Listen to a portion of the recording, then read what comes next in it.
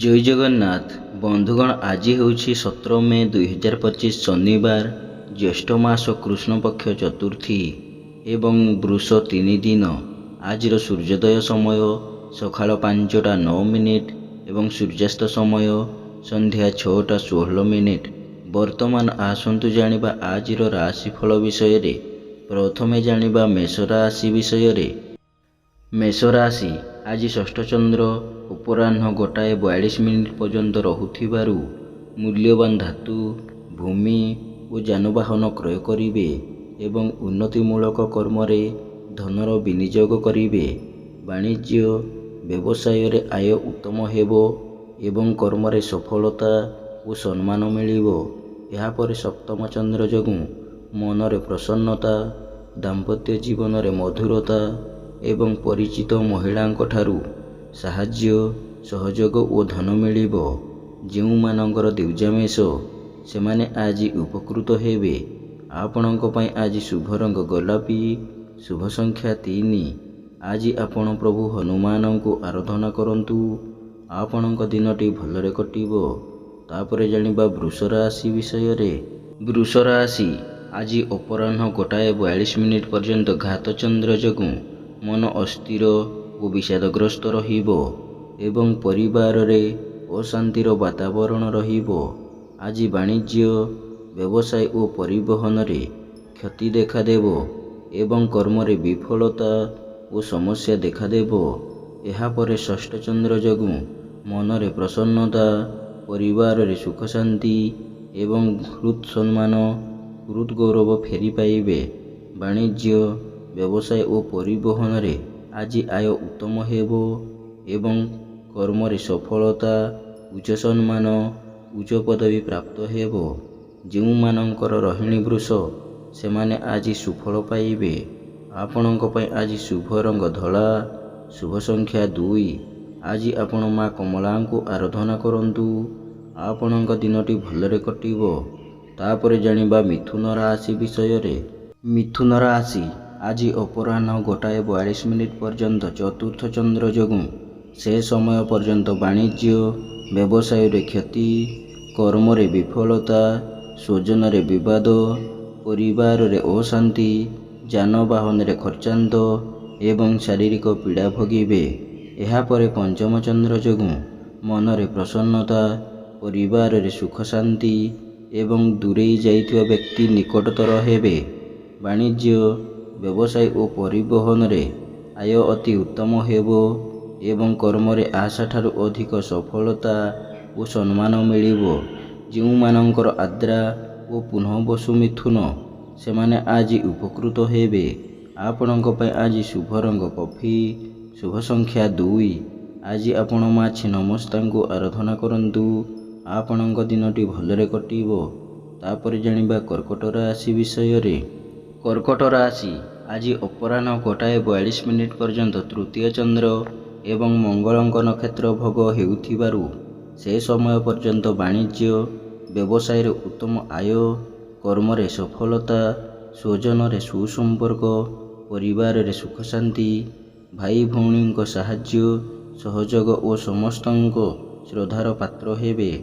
ଏହାପରେ ଚତୁର୍ଥ ଚନ୍ଦ୍ର ଯୋଗୁଁ ଅର୍ଜିଥିବା ଆୟ ବଦ୍ ଖର୍ଚ୍ଚରେ ଯିବ ଏବଂ ଅଯଥା ଖର୍ଚ୍ଚ, ବଦ୍ ଖର୍ଚ୍ଚ ବୃଦ୍ଧି ପାଇବ ଏବଂ ଆର୍ଥିକ ସ୍ଥିତି ବିଗିଡ଼ିଯିବ।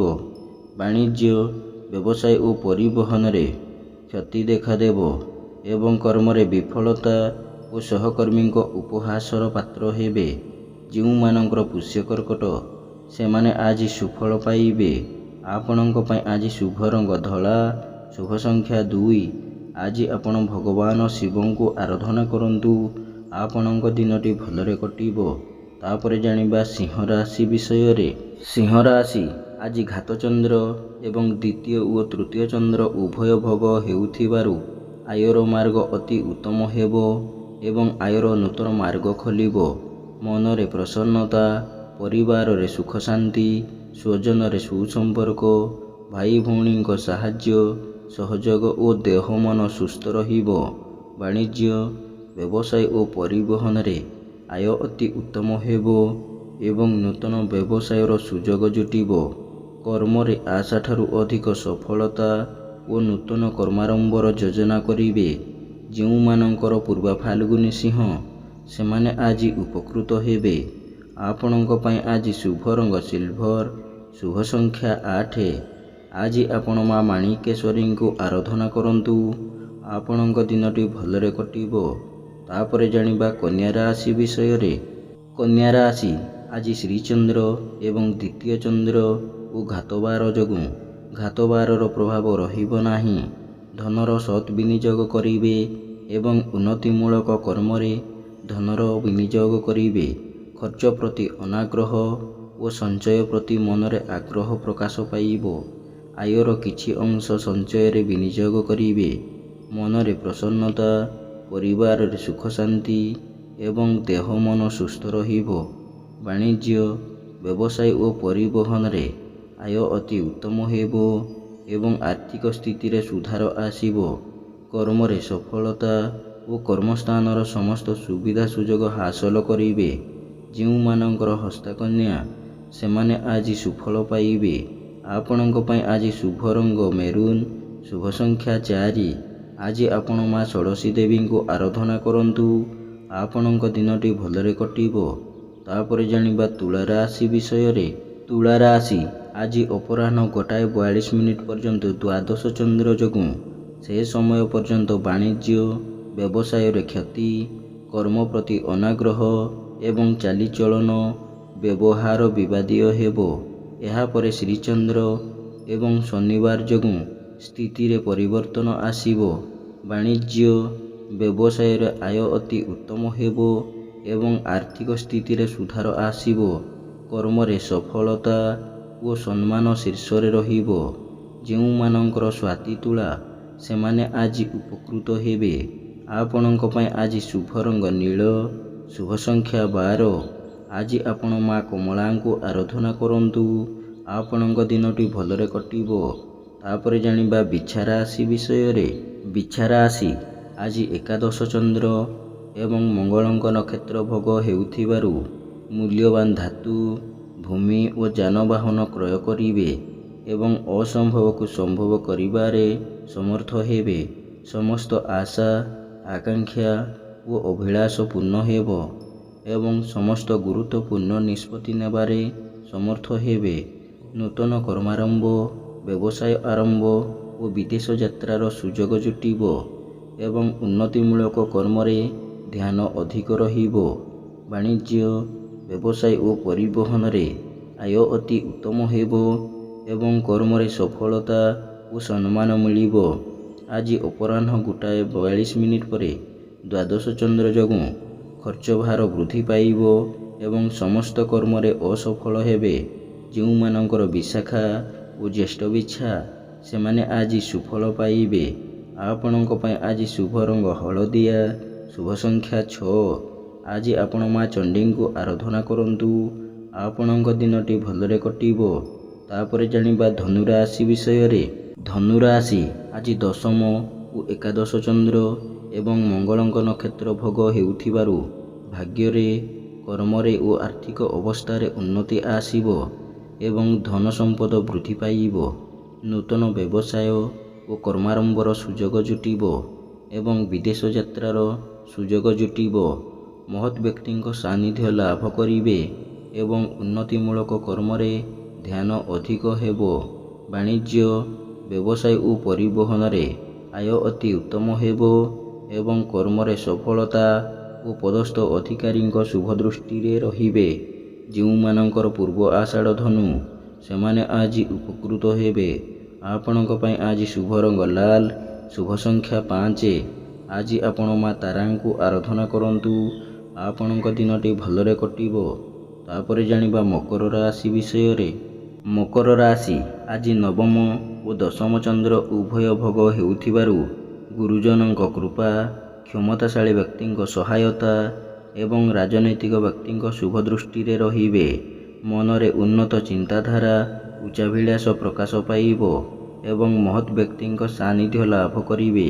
ଆଜି ଯେକୌଣସି କର୍ମ କରିବେ, ସେଥିରେ 100% ସଫଳତା ପାଇବେ ଏବଂ ସମସ୍ତ କର୍ମରେ ଆପଣଙ୍କର କାର୍ଯ୍ୟଦକ୍ଷତା ପ୍ରକାଶ ପାଇବ। ବାଣିଜ୍ୟ, ବ୍ୟବସାୟ ଓ ପରିବହନରେ ଆୟ ଉତ୍ତମ ହେବ ଏବଂ ନୂତନ ବ୍ୟବସାୟର ସୁଯୋଗ ଜୁଟିବ। ଯେଉଁମାନଙ୍କର ଶ୍ରବଣ ମକର ସେମାନେ ଆଜି ସୁଫଳ ପାଇବେ। ଆପଣଙ୍କ ପାଇଁ ଆଜି ଶୁଭ ରଙ୍ଗ ବାଇଗଣୀ, ଶୁଭ ସଂଖ୍ୟା 3। ଆଜି ଆପଣ ମା ଦୁର୍ଗାଙ୍କୁ ଆରାଧନା କରନ୍ତୁ। ଆପଣଙ୍କ ଦିନଟି ଭଲରେ କଟିବ। ତାପରେ ଜାଣିବା କୁମ୍ଭ ରାଶି ବିଷୟରେ।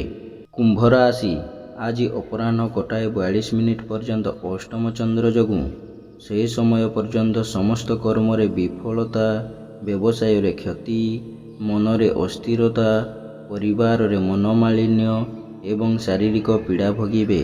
ଏହାପରେ ନବମ ଚନ୍ଦ୍ର ଯୋଗୁଁ ଯଶ, ସମ୍ମାନ, ସାମାଜିକ ପ୍ରତିଷ୍ଠା ବୃଦ୍ଧି ପାଇବ ଏବଂ ଦୁଃଖ, କ୍ଲେଶ, ମାନସିକ ଅବସାଦରୁ ମୁକ୍ତି ମିଳିବ।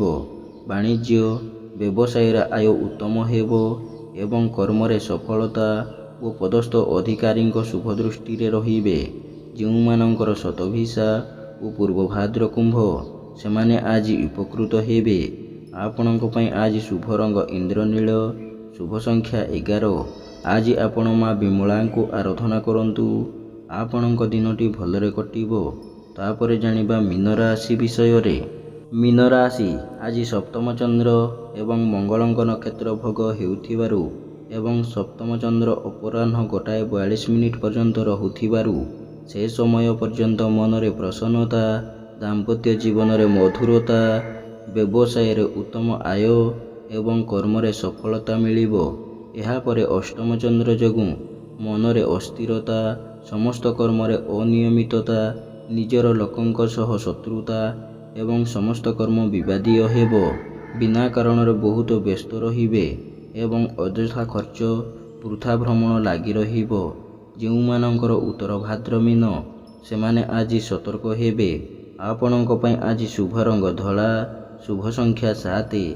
ଆଜି ଆପଣ ମା ମାତଙ୍ଗୀଙ୍କୁ ଆରାଧନା କରନ୍ତୁ। ଆପଣଙ୍କ ଦିନଟି ଭଲରେ କଟିବ।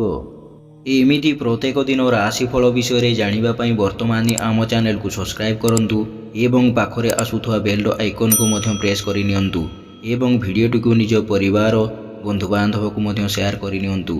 ଜୟ ଜଗନ୍ନାଥ। ନମସ୍କାର।